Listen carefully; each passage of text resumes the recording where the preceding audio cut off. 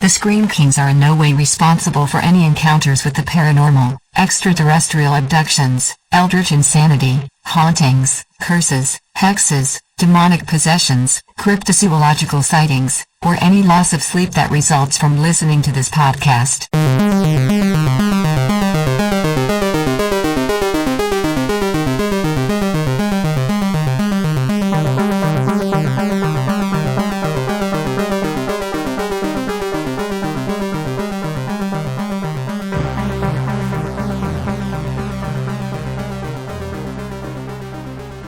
This is the Scream Kings podcast. I'm Max George. And I'm Nathaniel Darkish. You moved the cemetery, but you left the podcast, didn't you? Hopefully that cued a lot of people in, because this is a very important, very prominent movie we're going to be talking about today. I had to go all into that intro because you can't say that line without, every fiber of your being enraged. It's very true. Y'all, we're going to have an awesome episode today. We're talking Poltergeist. Yes, from 1982, not that terrible remake. Before we do that, though, Nathaniel and I really have to thank all of our new listeners, all of our longtime fans. The show hit over 12,000 downloads in the month of July. This is unheard of for us. We are mind blown. I think we have to give thanks where thanks are required, and that is to Rachel, our awesome Scream sorceress, who was on our last episode about her ghost adventures in New Orleans, and she was also on one of our most downloaded episodes, The Nauvoo House, where she talks to us about her experience with a possible demon. Her networking for us really launched us into new heights. I'm not quite sure where we go from here, Nathaniel. Hopefully just consistently maintaining that. But yeah, definitely a huge thanks to everyone who's now listening. We hope you stick around.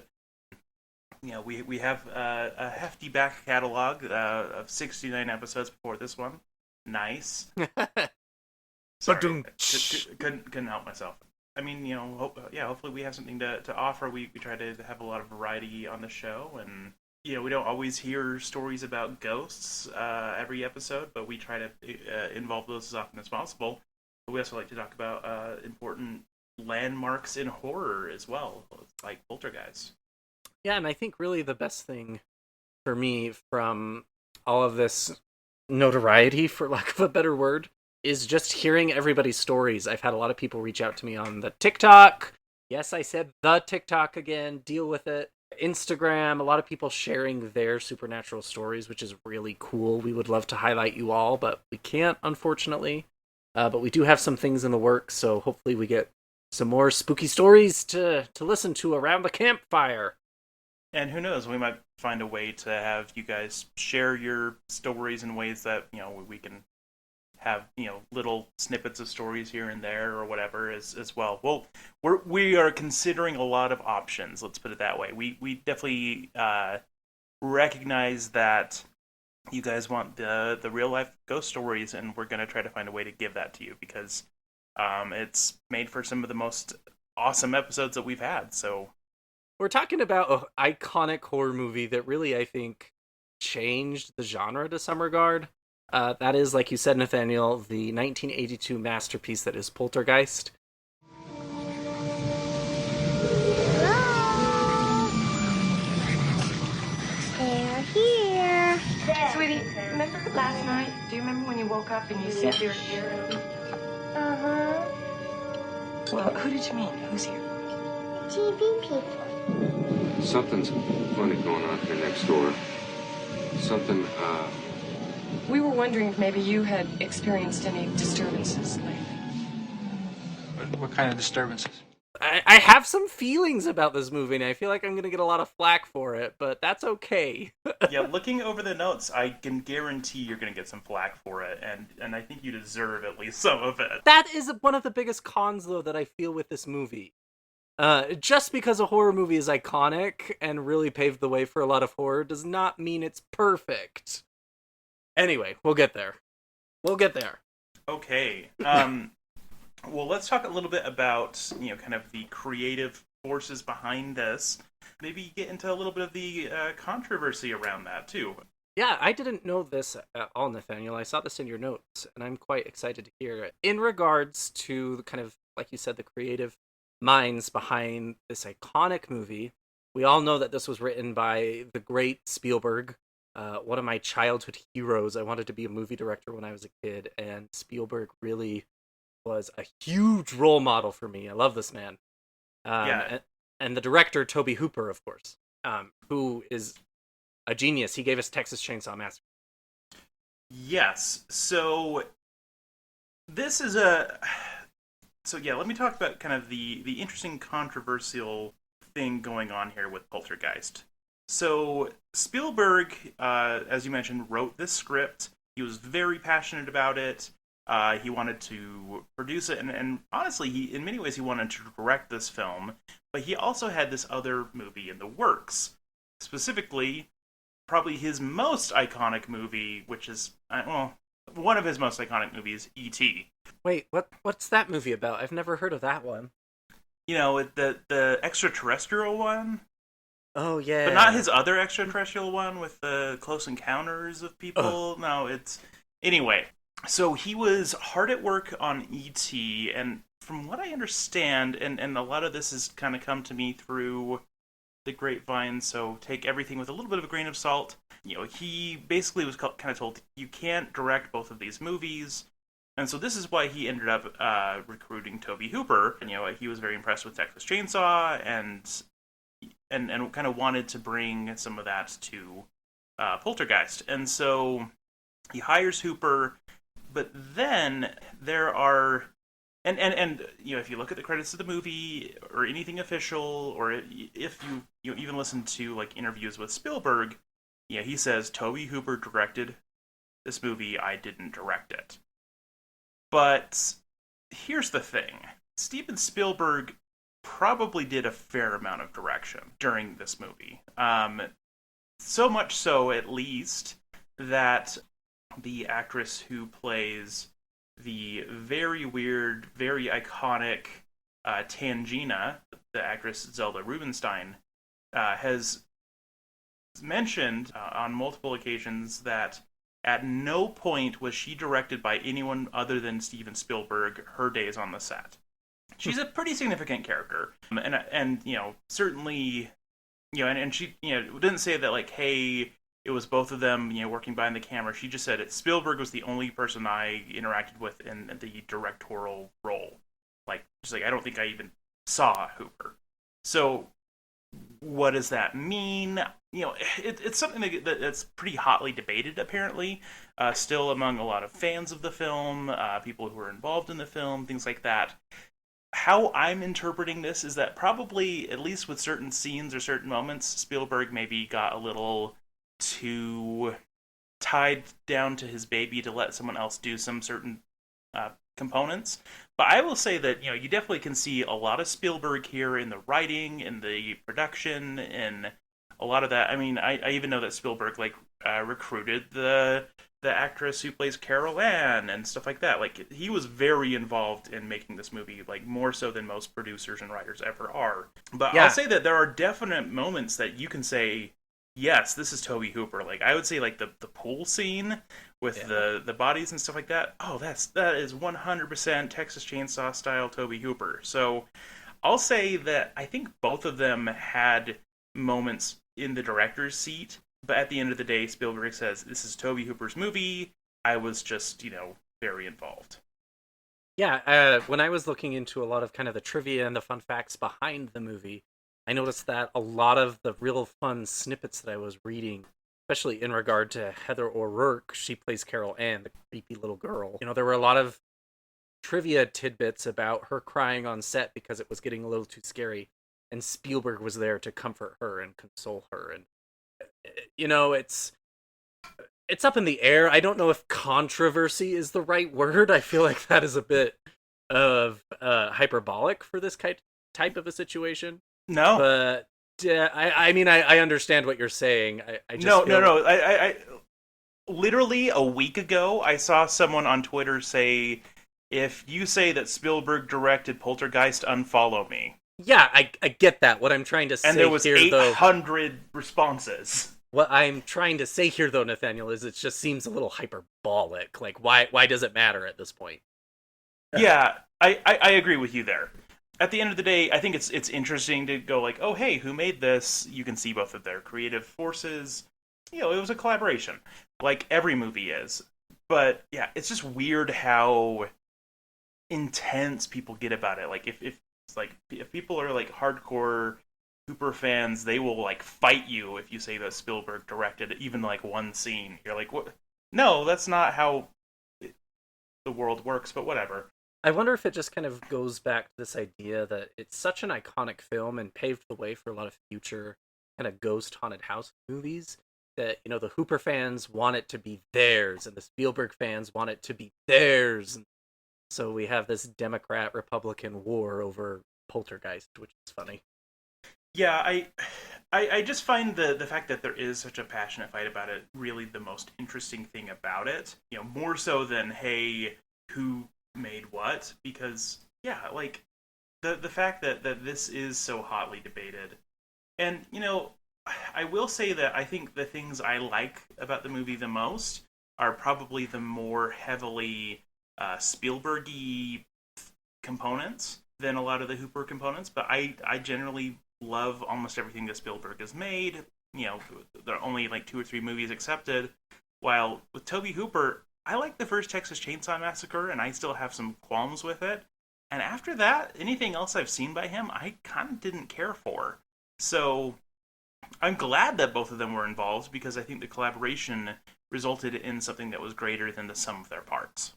Yeah, so with all of that said, let's kind of dive into this movie and talk about some of the good things at least. Oh, for sure. What is a pinnacle 80s horror movie? When you think golden age of horror, Poltergeist is like top 5 films that come to mind. This movie is as iconic as, Nightmare on Elm Street, Halloween. I just did it again. This damn Freddy movie, didn't I? Nightmare on Elm, is that right? No. Yes? Yeah, Nightmare on Elm Street, you got that right. And then Friday the 13th was the one you were fishing for. That's what I do. I always call it Friday on Elm Street or something like that. Or anyway, Nightmare on 13th, which is yeah, which is a physical place that you can go to in Utah. Yes. Excuse the ramblings there. So yeah, this film is up there as far as movies that are as iconic as any other horror movie that we have. And I want to kind of pick that apart as we go through the pros and the cons. Why do you think that is, Nathaniel? Just off the top of your head. I think that it has a lot of stuff going for it. One, I mean, we do have, as we just mentioned at length, 2 of the biggest names in film at the time. Tobe Hooper had gained a ton of notoriety, especially in horror. But then we have Steven Spielberg, who was just like the guy who makes a gazillion dollars. I mean, he invented the blockbuster. So, we have some of the biggest names in all of film involved in making it. But we also have all of these really great moments, all of these great set pieces that really stick in the brain more so than a lot of other movies. But the nice thing is that it's not just jumping from set piece to set piece. Like, you actually get invested in this family, in the way that they interact with each other, that they have personality, they have lives, they feel really fleshed out in a lot of ways, or in ways that a lot of times horror characters don't. And I feel like the whole time, even though it's, at the end of the day, you figure everyone in the family is going to be okay, there's a lot of elements of the story that don't feel like, oh, hey, everything's going to end out just fine. Like, you kind of know that there are high stakes, even if you expect everyone to live. For me, I think some of the weight behind its lasting is this movie is pretty creepy. It's pretty scary. When I was a kid and I first saw Poltergeist, I was terrified. There are a few scenes that really got to me. So as far as a horror movie goes, I really think what Poltergeist does well is it sets up a very family-friendly horror movie that everyone can kind of get together and watch on Halloween or when you're having a scary movie night or whatever. And while it is very family-friendly, it packs a pretty serious punch for some people, that it has the capability to scare while maintaining kind of a family-friendly sense of composure. Yeah. which combined is very powerful for horror movies. It allows the audience to grow exponentially. And I think that's what Poltergeist has going for it, is its permanence as an iconic family horror movie that you can watch, and it's not going to offend your parents because there's boobs or gore or torture, but it's also going to scare your 10-year-old cousin who, has never seen a horror movie. For sure, yeah. I think that PG rating really, really made it so it is totally universal. Not everyone has seen, those other iconic horror films, but everyone has seen Poltergeist. Because they've been at some Halloween party where someone threw it on. Because it's PG. It's safe enough to put on, and it still delivers those scares, but like not in a way that's going to permanently scar any small children or things like that. It's that like perfect blend of it's family friendly, but it's scary, but it's just ubiquitous. It's about the American dream, it's about family, and it's about, a lot of these things that people value. And so, everyone can kind of connect with at least maybe one character, be it one of the parents when you're older, or be it the children when you're a kid. And I think that is definitely going for it as well. Yeah, so let's kind of move on into the best parts about Poltergeist. Like I just mentioned, when I saw this movie as a kid, it was terrifying. I remember being at the foot of my parents' bed in their bedroom watching this, I believe either Halloween or Halloween adjacent. And the physical and practical effects, coupled with a lot of the special effects here, are superb. One scene in particular for Little Max back in the day that still makes me kind of shudder and made me cringe watching it is when our fun little paranormal guy goes into the kitchen. He's kind of delirious a little bit because the ghosts are in the house, or demons or poltergeists. We'll get to that. He sees the steak crawling on the counter. That part creeps me out so much. Oh yeah, I love the steak crawling. But then he goes further, and he goes into the bathroom, and he's looking at his face, and then he starts to peel away the flesh, and oh my gosh, just thinking it is giving me the willies. It's so good. It's so good. I will say, actually, the face in the mirror scene, even though I really like it now, it didn't have that level of realism that the rest of it did for me. The practical effect that really gets to me is the weird thing that's like guarding the kid's bedroom. That's like the weird kind of pointy, skeleton-y, like stop motion thing. That thing is the one that really gets me. That's interesting to me because that is so paranormal. Was it that like white super beast monster thing or whatever? Just yeah, but just like the way it moved, it kind of engaged, I think, the same part of my brain that like watching a spider walk does, where it's just kind of it feels both natural and unnatural at the same time. That's awesome. Yeah, and I think that's kind of the lasting power of Poltergeist is two massive horror fans, as kids watching this same film. To me, that ghost moment that you're describing was like, oh yeah, that's cool. But then don't show me crawling meat and a face peeling apart, and vice versa with you. Yeah. This See, movie, I laughed at that part as a kid. I thought that the face in the mirror looked too cheesy. So it's just one of those things that it kind of has something for everything. And I think Little Max back in the day, I was really creeped out by the face because it was, in some extent, my first exposure to gore in a movie. While I was watching Unsolved Mysteries left and right, and so seeing a giant ghost pop out of the door was like amateur play at that time, Oh, it's just cool. It's cool to hear. Yeah, and I love that this movie gives us, all those different kinds of horror. Obviously lots of supernatural horror, but yeah, we do get the body horror of someone peeling their own face off, and other types of horror kind of sprinkled throughout. Yeah, the terror is not just the unknown or what we're shown, it's also, just like different types of horror getting played with in really interesting ways. Yeah, and really we need to cut the crap and talk about the real horror of the movie, which is the damn clown. Ha! What parents in their right mind would ever buy their child a terrible looking clown like that? Come on! Ugh, ugh. Yeah, it's pretty bad. I will say that I really kind of wish that at very least, like, Carol Ann would, like, get mad at her brother when he put his blanket over it or whatever. Just because, like, I felt like maybe neither of them liked it, and so I was just confused at why it was in their room if it was so scary. But Yeah, that clown will go on in infamy as giving so many people phobias. yeah, that was probably the first, like, real scary clown thing that I had encountered, and it still kind of gets me every time. Even just when it's not doing anything and it's just sitting there, I'm like, yep, nope, I would cover that up. Or throw it out the window.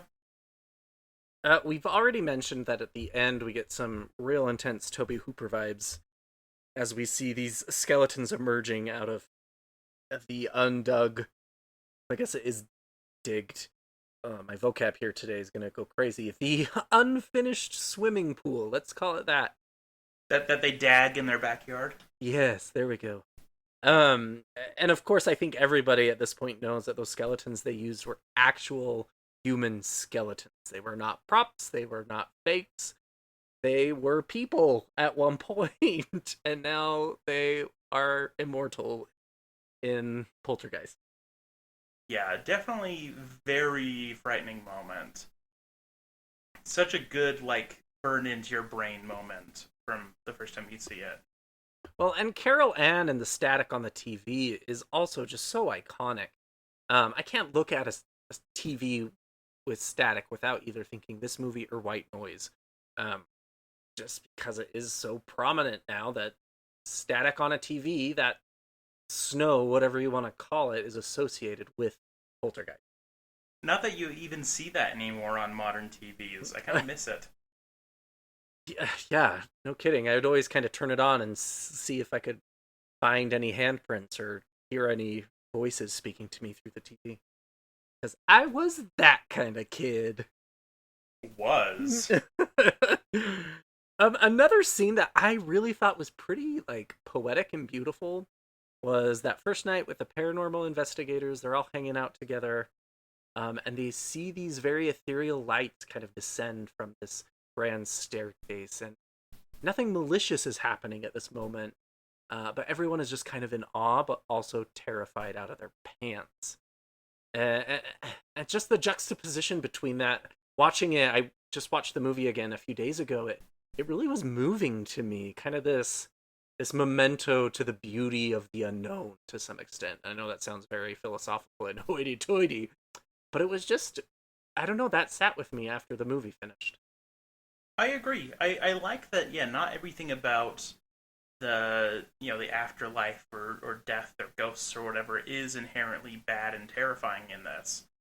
Yeah, like, it is kind of a beautiful moment, and you can kind of see these ghostly figures holding their lanterns and walking through, and it's a great moment. It's one that is a nice kind of change of pace, so that way when the additional scares come later, they're that much scarier because you kind of know that, like, hey, this has the potential to be good. Oh, but this is really bad. So again, we've talked a lot about the iconic movie, how, you can't find a ghost story film nowadays that isn't somewhat based on Poltergeist. I would argue that even Conjuring 1 and Conjuring 2 have Poltergeist elements seeded through them. Oh, for sure. This movie really set the bar for any movie to come. Again, I'm going to get so much flack, but watching it as an adult, I didn't have this amazing, profound experience with it. I can appreciate it for what it is. Before we get there, I do want to kind of go into a few more positive things about the movie. I thought the kid actors were phenomenal. Little what's-her-face, Carol Ann. Ugh, I do not want a child like that. She was terrifying! Heather O'Rourke? The boy also, I think, gets overshadowed by her. Her kid brother, I thought, did a really good job at capturing being afraid. you're stuck in a thunderstorm and the tree outside your window becomes this evil monster, and in the movie it does become an evil monster. But just capturing that childhood feeling. I remember being little and sleeping on the bunk bed. My brother was on top. We had this big window well, and whenever my neighbors would come home late at night, their car lights would creep through the window well. And I was convinced it was an alien or some sort of kidnapper ready to come get me. And so that feeling I had in that moment, I feel really resonated through this movie with the kid. For sure, yeah. Again, that's what makes it so iconic, I think, is because everyone can connect with one of these kids, whether it's just being the kid who doesn't want to be at home, or the kid who is just overwhelmed by everything, or just kind of the oblivious innocent kid. I think a lot of this again really makes it so children watching this can really identify with these characters as well. Yeah, I definitely agree that and all the actors were very good. I love Craig T. Nelson, aka Mr. Incredible, as the dad, as Steve. Jo Beth Williams as Diane Freeling, great. We have to talk about Zola Rubinstein because she is Queen. Just the most weirdly iconic character, and I both love her and also don't know how I feel about her sometimes. Yeah, she's so phenomenal and bizarre and quirky and whimsical, but also you just kind of want to shake her and be like, just why? I see in the notes here that that you kind of bring up that why is it that she knows everything about everything, and how to handle all of this, and okay, well, we got to go through with this rope and this and that, but yeah, and I agree, that kind of ends up being very convenient, very contrived. It felt like she was just a plot point. Spielberg and Hooper really made us care about a lot of these characters, even the paranormal little group. Yeah, I really like those characters. Yeah, excuse me, Virginia Kaiser is Mrs. Tuthill, I believe? No. Beatrice Straight as Dr. Lesh. There we are, thank you. She was probably my favorite of all of the characters. And so this crazy medium who's just a little crazy and speaks in a weird accent that I don't know, it was bizarre. And as an occultist, her, barging in and tie a rope here and tie a rope there and you'll cross, I don't know, it was bonkers. Yeah, I do feel like it is very convenient for the plot, but I also like that, they still managed to deliver some interesting, character moments and stuff with her. Especially just the moment where they're about to jump into the closet with the rope. And she's like, let me do it. You don't know what you're doing. And then the mom is like, well, you've never done this either. And she's like, oh, good point. You do it. And just just backs up and is like, yeah, okay, yeah, no, you're right. I haven't done it either. You're right. I don't have the experience here. That was good for me. That was a great moment. But yeah, she is very convenient, even though she is a delightful, weird character. Another thing that I'm seeing that you kind of pointed out in the notes here for the show is that some of the fears that we see represented here are actually, pulling from the real life fears of Spielberg as a kid. That he was afraid of clowns and he was afraid of a tree and things like that. And so I felt like that that made those moments that much more realistic because he approached it probably from his own experience. Yeah, and I think that gets to what we were talking about. This movie kind of taps into our childhood fears. And because these were things Spielberg struggled with himself, they were able to come through on screen a lot more realistic in my mind. Okay. Were there other iconic moments that you wanted to bring up, or are you feeling pretty good about those? Overall, Poltergeist was a through and through 80s movie. I think sometimes the 80s leaned into the whole cheesing acting a little bit. And that's okay. I enjoyed that. I think these actors and actresses really kind of kept in the middle, and they were cheesy and fun, but maintained their level of seriousness that the movie required.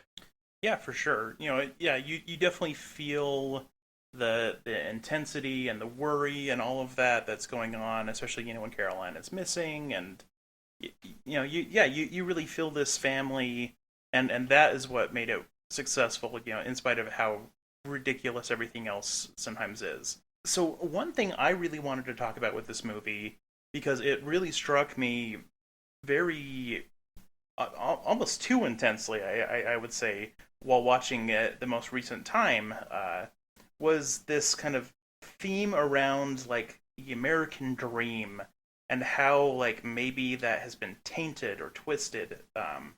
Did you notice that particular theme of just kind of like how maybe the American dream is wrong or has been perverted or whatever while you were watching it?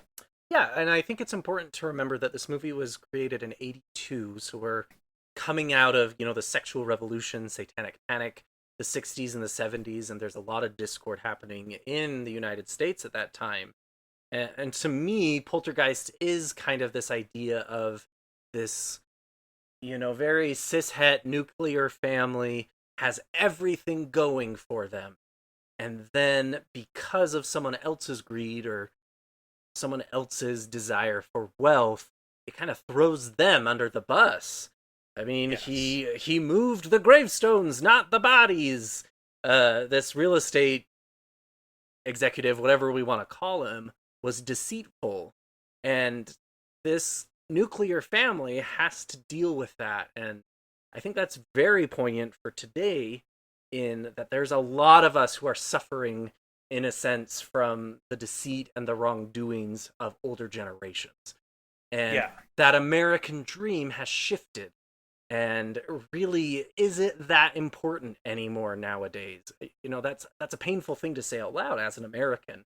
But I think our generation, the millennials, and the generation to come are really trying to pick up a lot of the pieces that we are left. Yeah, for sure. And so yeah, I it was really interesting kind of noticing this particular theme coming up.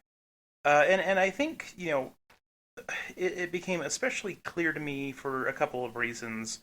So one, I was kind of looking for that more, knowing more about kind of Toby Hooper.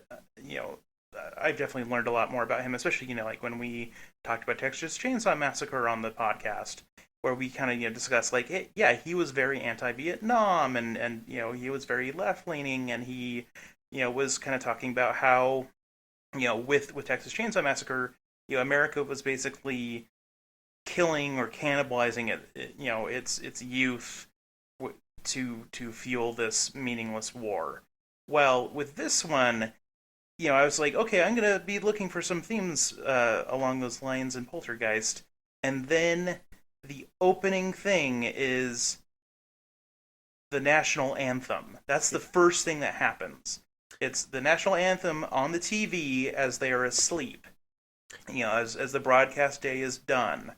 And we see that like 4 times in the movie. Well, and Steve, you see him reading it's a Nixon book on his bed. No. It's about Reagan. Reagan, excuse me, you're right. Yeah, it's like a biography of Reagan. Right. Which again, yeah, he had just been elected. This is like perfect, very kind of overt. But I love that we see him reading this Reagan biography next to his wife who is doing pot. Yeah. That the man who is this who created the war on drugs is like, being like heralded next to them doing drugs. Well, and also kind of the juxtaposition of that conservative mindset, the war on drugs, and yeah, we are conservatives too, but also we do drugs, but don't tell anyone. We have to pretend like we don't. Which, in some regard, to me, is a little bit of the American dream.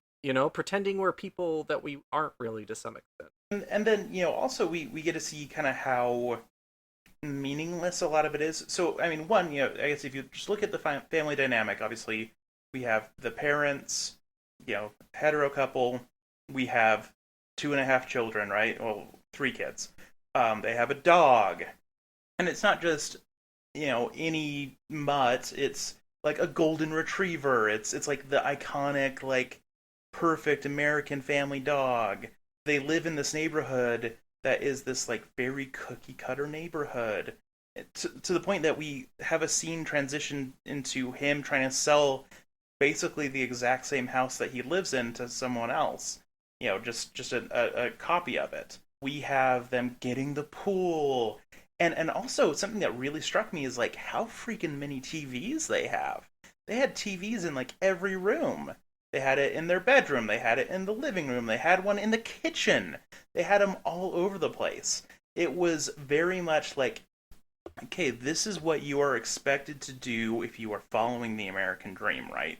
You got to have all of this perfect opulence and wealth, even if it is meaningless, cookie cutter, unoriginal, copy paste nonsense. This is kind of what he was showing us, is that, underneath all of that, we have death, we have lies, we have deception, whatever, sinister thing is going on.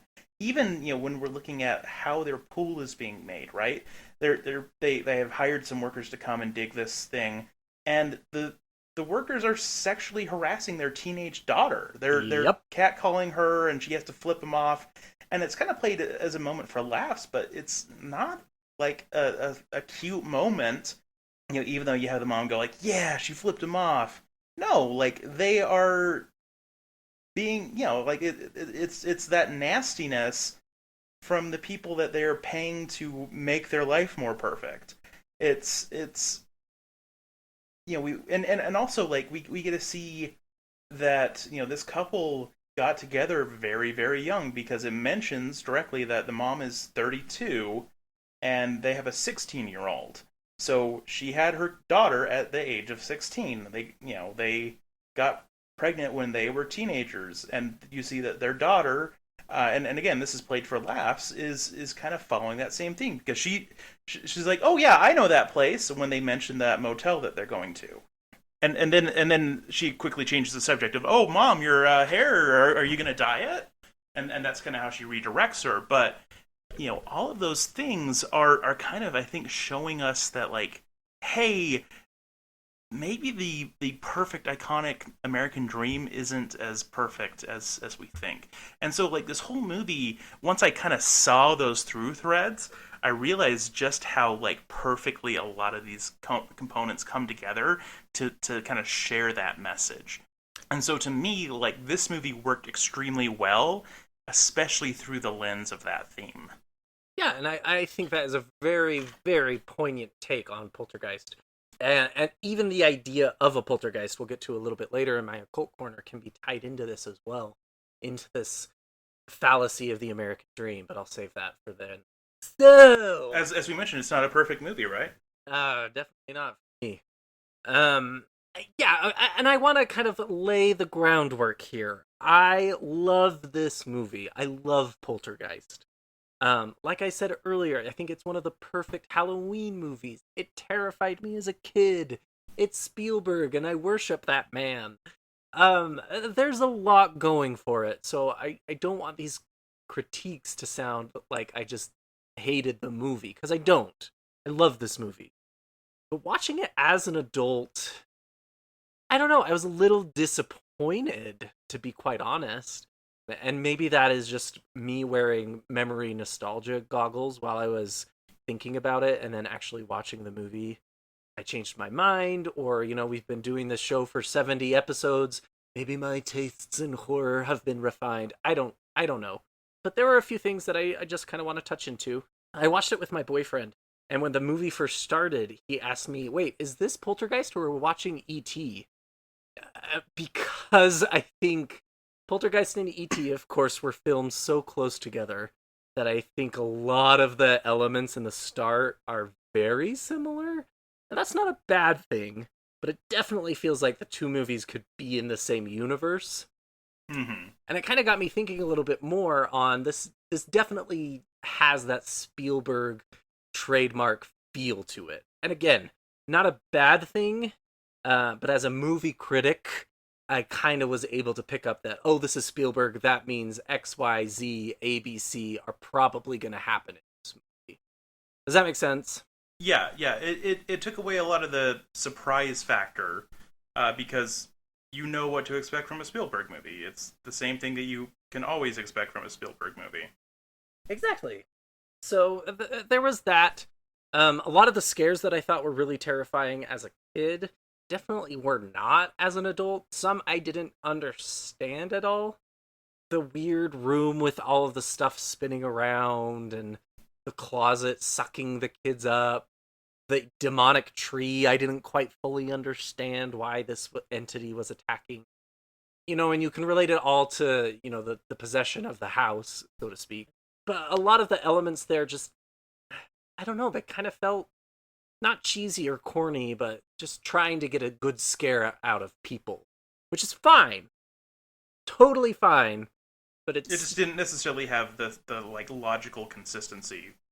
Yeah, as a kid, you see this tree and you're like, oh yeah, I've been in that situation. I know what this is. But as an adult, you're like, okay, well, kid, that's a tree. It's obviously a tree. Calm down.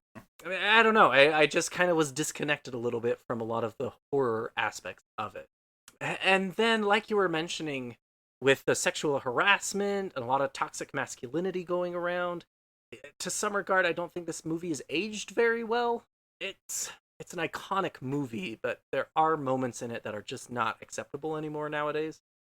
Yeah, I would say that there are too many things like that are played for laughs. Exactly. And that was something that definitely came up watching it in my house. My wife really, brought that up, and she's like, yeah, I feel like there's just things about this movie that aren't very good, like, because of things like that, where it was like that's not a cute, funny joke. Oh, hey, that teenage girl is definitely, having unprotected sex. That's hilarious. She was like, that's not necessarily the kinds of things that should be jokes. Like there's better, more interesting things that you could be doing. Well, and I would, everyone is going to have sex if they want to have sex. I was more focusing in on that sexual harassment, that the mom watched that without interfering and was just like, yeah, that's my girl. She's so beautiful. Men are hitting on her now that are, obviously adults, and she's still in high school. Like, that was cringy. That made me cringe. Yeah. Or even Zelda's character kind of having this, foreign accent to her, and maybe she was classified as a dwarf, and that was kind of spooky, magical. It aided her air of mysticism in some regard. I don't know. The pacing, and there were some moments in this movie that don't hold up well against today's societal standards to some extent. And to be clear, I am all for movies pushing the boundaries, or coming up to that line. Hereditary does that. Midsummer does that. A lot of our favorite horror movies portray things in the film that make us uncomfortable. And that is good. That's what horror does. This was cringy for cringe's sake nowadays. I don't know how to explain it better than that. Yeah, there's just certain things that like, they're ideas, there's moments that are, yeah, again, I think it's not inherently bad that there are these moments in the film. It's that they are often played for laughs or played very lightly when it's talking about things that should be taken much more seriously. Yeah, like, it's not funny that a teenage girl's getting hit on by adult men. That's not funny. That's wrong and creepy. Another thing about it, and I think I kind of alluded to this earlier, is that the scares for Max as an adult were very, very tame. Outside of that face peel and the moving stake, I wasn't afraid in this movie at all. It didn't scare me as an adult, and I think the face peel, I don't know what else to call it, it was scary and cringy for me as an adult because of the nostalgia. Because I remembered, ooh, little Max felt like this when I watched this for the first time. And then my final and biggest beef about this movie is it is not a poltergeist at all, people. This is a damn story about either a demon or some sort of ghost with his panties caught up in a bunch. Poltergeist, I think, was used because it was a fun, occulty word that would draw people in. And in my occult corner, I'm going to dive into what a poltergeist really is. Yeah, it certainly is a misnomer in this one. And last but not least, I think Poltergeist is in the echelon of horror movies that is so iconic, so classic, that when we talk about the negative, we often are quick to, oh, no, no, no, it's a horror movie classic. It does no wrong. It's perfect. It's great. And that's not true. You know, my boyfriend, Mark, he loves horror movies, and he watched this with me since this was the second time he's seen it, I believe. First time it was when he was a kid, and we finished it, and he's like, well, that was kind of meh. Like, it's iconic, it's classic, it's great, but I think there are better, scarier horror movies out there. Yeah, there's certainly scarier ones. I really, really like it. I think it's an excellent movie. Yeah, you're more dismissive of it than I am, but I see why. I think we have to be careful with certain horror movies. The Exorcist, this, Texas Chainsaw Massacre, the Freddy movies, Halloween, all of these iconic movies from the 80s, 70s, and 80s that have given us these phenomenal characters that we often think about them with rose-tinted glasses on. And as adults, rewatching them, it's one thing to watch a movie for nostalgia, it's another thing to watch a movie as a critic. And I just want to get that out there in the universe. I will be TikToking later this week about what horror movies do you guys, our listeners, think are overrated. It would be interesting to hear what other people think. Yes. And if you don't think that this movie is overrated, I also want to hear what you have to say. Absolutely. So, Nathaniel, let's just talk about some other spooky tidbits about this film. Yes, I would love to.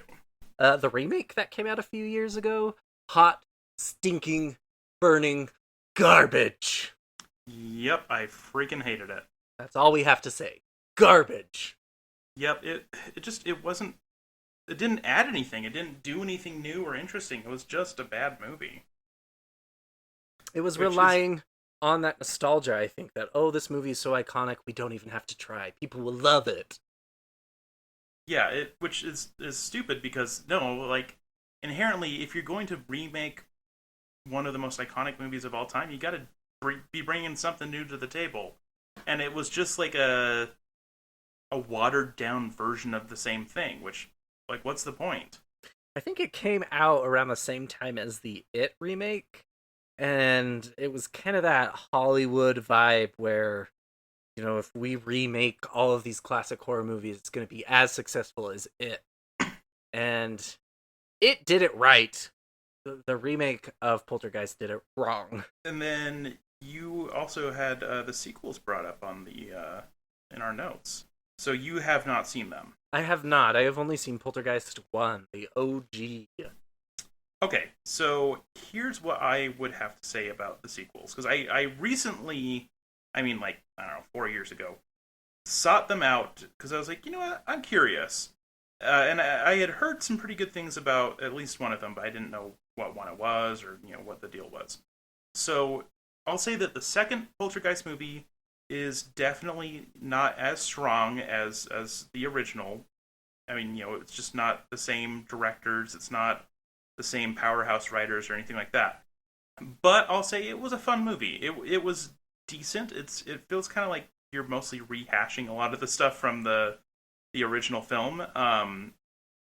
It's the same family. Basically, the evil follows them, which I think is consistent with at least one of the ideas in the film when it brings up how, oh, if it's a poltergeist, it's going to haunt a person, not a place. Or maybe, I don't remember. It said something along those lines. So I was like, okay, well, at least that's like kind of logically consistent. And it has a really iconic, creepy villain that is like this like really creepy, like emaciated looking dude. He's really scary. It has Tangina again, which is great. She's just as kooky and weird as ever. You know, there's a lot going for the second one, I'll say that. And also, the second one is kind of where we actually get one of the most iconic things that I think a lot of people tie to the first one, specifically the Indian burial ground thing. People, like, it's funny because this movie makes fun of it. The sequel actually uses that trope. So, you know, That's interesting at the very least. Third movie though, not a good movie. I'll say that. I could not get through it. I was bored out of my mind. Basically, it's that like Carol Ann is staying with like an aunt or something in this high-rise building. It doesn't really explain why, and then spooky things start happening, but there was no logic or rhyme or reason to it, and I was so bored when I watched it. So just skip. Like, second one, yeah, it's worth watching once. The third one, no, just skip it. It's as bad as the remake. As horror movie sequels go. All right, we ready to kind of rate this movie, Screams and Crowns? Yes. Right, as far as Screams go, I gave it a 2. Not very scared as an adult. I was terrified as a kid. But again, I don't know. It didn't spook me at all. It has some good moments, some iconic scenes. That's about it. I gave it a 4 with scares. I think that it's one of those, like, I'm not particularly terrified, but I felt like conceptually a lot of the scares were really good. So that's kind of where that's coming from. Is you know, I wasn't personally scared, but I felt the ideas were strong and scary. So, you know, take that with a grain of salt, I guess. Crowns wise, I gave it an 8. I really, really love this movie. I would say, though not perfect, it's pretty close to perfect in my book. Yeah, I gave it a 6.5, as I'm sure people are not surprised to hear. Fantastic movie. I love this film. I will love this film always. But rewatching it as a 31-year-old horror movie critic, I was kind of like, okay. It was fine. I don't know. That might be like a blasphemous level of low for a lot of people. IMDb gave it a 7.1, I think. So I'm not that far off from a lot of people. Let's see. 7.3. So that's way too low. I'm not alone. But anyway, can I talk about ghosts now? Always. So we've had Rachel on our last episode, and we really kind of dived into ghosts and what she thought was going on in her what she thought was going on in her New Orleans apartment. That's a sentence you have to say 3 times fast. Lord. And I kind of wanted to break it down a little bit, especially with this movie being titled Poltergeist. What are the differences between ghosts, poltergeists, and demons? Spooks, specters, and spookaloos. I want a shirt now that says that. Spookaloo? No, all 3 of them in sequential. Electric Spookaloo? There we go. So I want to kind of put a warning here with these categories that everyone believes different things. The information I'm about to relay is based off of a few websites that I encountered and my dictionary of demons and my occult book. Like, if you don't agree with me, that's okay. You don't have to. If you think demons are just ghosts or poltergeists technically are people, that's great. I don't care. This is just kind of the general information that's out there if anyone wants to look for it. Is that fair enough, Nathaniel? Yeah. So Max, don't care about your feelings. I do care about your feelings. They are real, they are valid, but opinions and feelings are very different. But your opinions about noisy ghosts can go to hell. Or purgatory, depending on what you believe. So ghosts, as we kind of understand ghosts, they are benign spirits. These are usually humans who have passed on with some sort of grudge. They're bitter about something in life. They were the victim of some sort of very intense trauma. Some sort of event is holding them to the physical dimension. 90% of the time, ghosts keep to their own little realm of belief. They don't interfere with human activity. Like in the case of Rachel, these girls upstairs, or this girl was screaming, but when she encountered it, nothing was wrong. They're the most visual of the three spooks. Lots of people will say that they have seen a ghost. And they can be orbs, they can be mists, they can be full-on personages. Doesn't really matter. They are the most benign of the three spooks that I'm going to be talking about. Anything to add there, Nathaniel? No, but I love that the basic generic term is spook now, with how we're using it. It's true. I love it. Second entity is the Poltergeist. This is a German word meaning noisy ghost. Geist being ghost, Polter meaning noisy. A lot of paranormal researchers do not classify poltergeists as spiritual entities. They are not tied to any sort of person or demon even. They are a psychic kinetic type of an energy. They are usually attracted to some sort of instability, whether that be mental health, or it could be ley lines, or puberty, tectonic plates, all manner of physical instability. People have reported poltergeists physically attacking them, moving items. They are said to be literally able to bite, pinch, and throw things at their human victims, breaking objects. All of this aligns pretty well with the movie Poltergeist, except for one thing, in that the movie Poltergeist is centered over this Indian burial ground, this cemetery, which would be people. Nope. To clarify, it's not the Indian burial ground. It's just a modern American suburban burial ground, just a big cemetery plot. In fact, it makes the joke, this is not, it's not like this is over an ancient Indian burial ground or something. That's true. That is very true. Regardless, if you watch the second and third movies, I haven't seen them, but I believe there's some sort of cult pastor or something that has cursed the land, and he is kind of the main antagonist for the entire movie. Yes, he's very scary. Right. Which, again, gives way to this is not a poltergeist movie. And then there's just a little snippet that I found that I really liked that I'd like to read about Poltergeist. It says, some experts explain it as a mass form of energy that a living person or location is controlling unknowingly. For this reason, poltergeists are known to follow energy or a person, rather than occupying a particular space like a ghost does.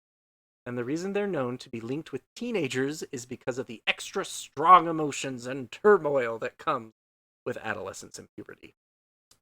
The emotions! Hormones are the true poltergeists. Yep. I just really like this because it is a fun idea that poltergeists follow their victims. But again, usually the victims are the ones creating poltergeists with their hormones. Now I want a shirt that says poltergeist equals hormones. I'm not hormonal, it's just a poltergeist. There we go. And then last but not least, my favorite of all spooks are the great and glorious demons. These, of course, are known as non-human spirits who dwell in an alternate dimension, usually hell, purgatory, the underworld, whatever you want to call it. They lack a physical form, and thus, demons' sole purpose is to attack, persuade, and consume the human body and soul. A lot of this information is based around the Christian narrative, as the Christian tradition always kind of categorizes demons as evil and malicious and out to get the sons and daughters of God. When you have a demon that you think might be haunting you, they follow very correlated rules, you could say. Hauntings come in phases that usually start out very poltergeist-like and then ramp up real quick.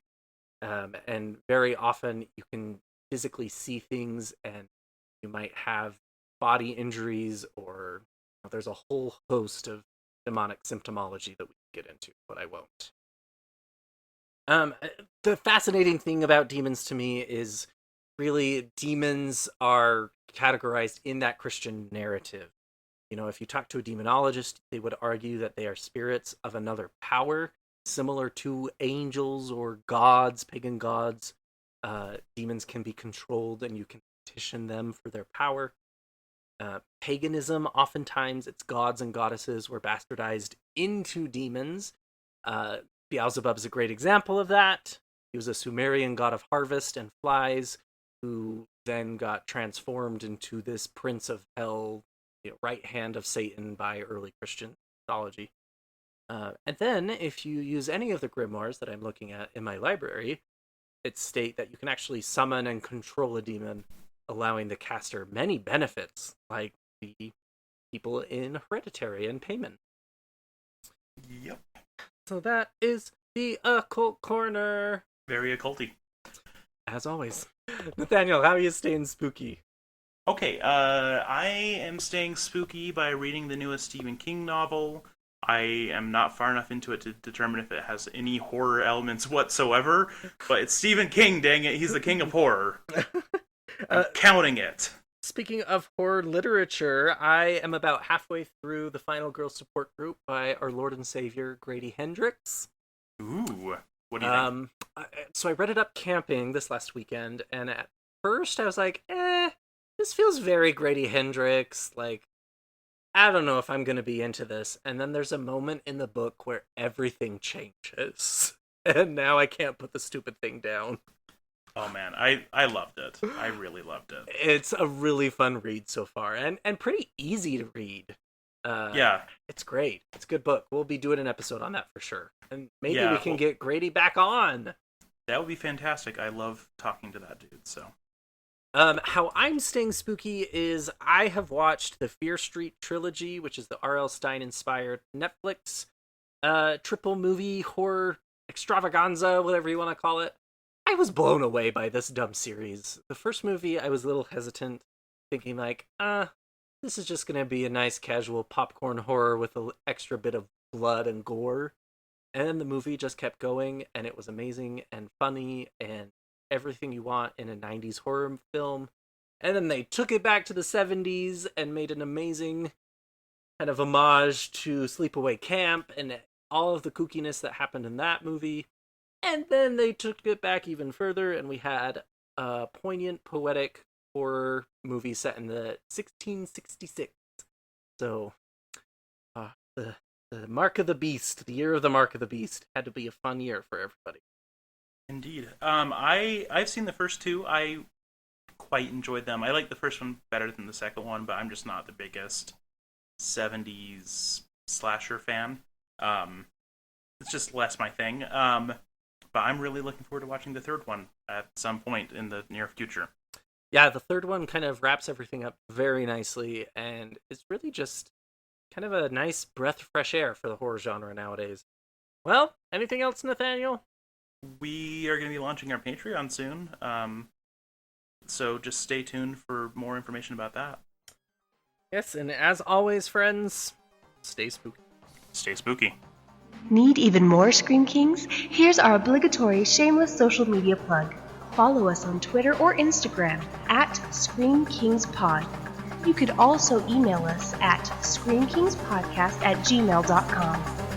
Help us reach a wider audience of horror fans by leaving a review on iTunes or by sharing a link on social media. You can also support the show by going to patreon.com/Scream Kings. Stay spooky.